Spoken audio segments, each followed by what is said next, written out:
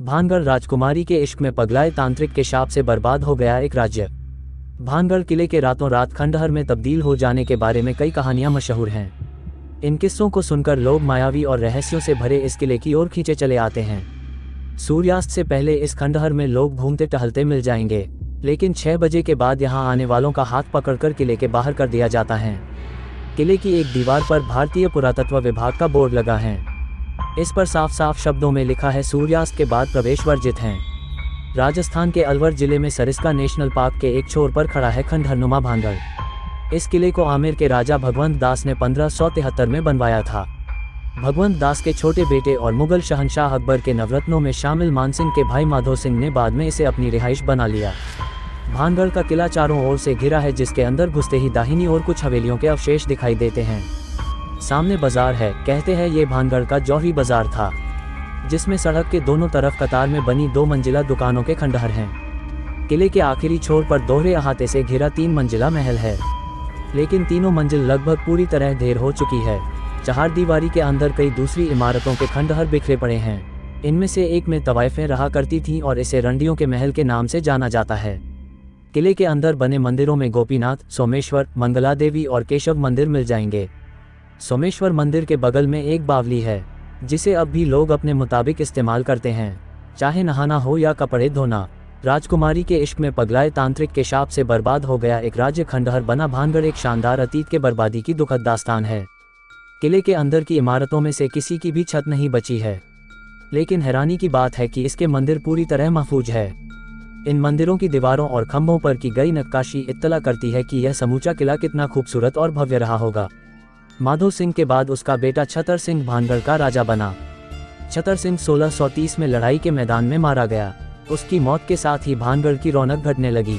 छतर सिंह के बेटे अजब सिंह ने नजदीक में ही अजबगढ़ में का किला बनवाया और वहीं रहने लगा।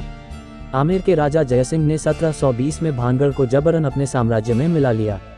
इस समूचे इलाके में पानी की कमी तो थी ही, लेकिन 1783 के अकाल में ये किला पूरी तरह उजड़ गया। भानगढ़ के बारे में जो अफवाहें और किस्से हवा में उड़ते हैं, उनके मुताबिक इस इलाके में सिंधिया नाम का एक तांत्रिक रहता था। उसका दिल भानगढ़ की राजकुमारी रत्नावती पर आ गया, जिसकी सुंदरता समूचे राजपुताना में बेजोड़ थी। एक दिन तांत्रिक ने राजकुमारी की एक दासी को बाजार में खुशबूदार तेल खरीदते देखा। सिंधिया ने तेल पर टोटका कर दिया ताकि राजकुमारी उसे लगाते ही तांत्रिक की ओर खींची चली आए, लेकिन शीशी रत्नावती के हाथ से फिसल गई और सारा तेल एक बड़ी चट्टान पर गिर गया। टोटके की वजह से चट्टान को ही तांत्रिक से प्रेम हो गया और वह सिंधिया की ओर लुढ़कने लगा।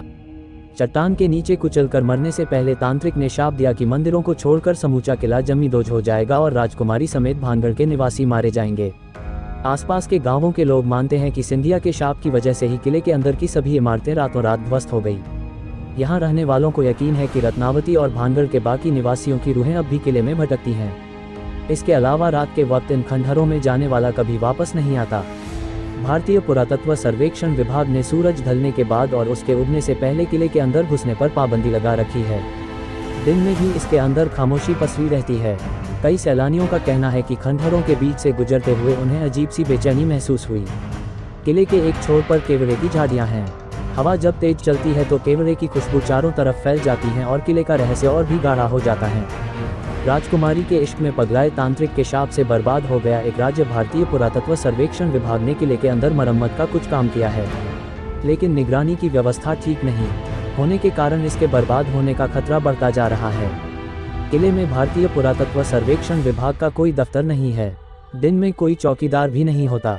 पूरा किला बाबाओं और तांत्रिकों के हवाले रहता है। किले में बेपरवाह तांत्रिक बेरोक-टोक अपने अनुष्ठान करते हैं। आग की वजह से काली पड़ी दीवारें और भारतीय पुरातत्व सर्वेक्षण के टूटे फूटे बोर्ड किले में उनकी अवैध कारगुजारियों के सबूत हैं। दिलचस्प बात यह है कि भानगढ़ के किले के अंदर मंदिरों में पूजा नहीं की जाती।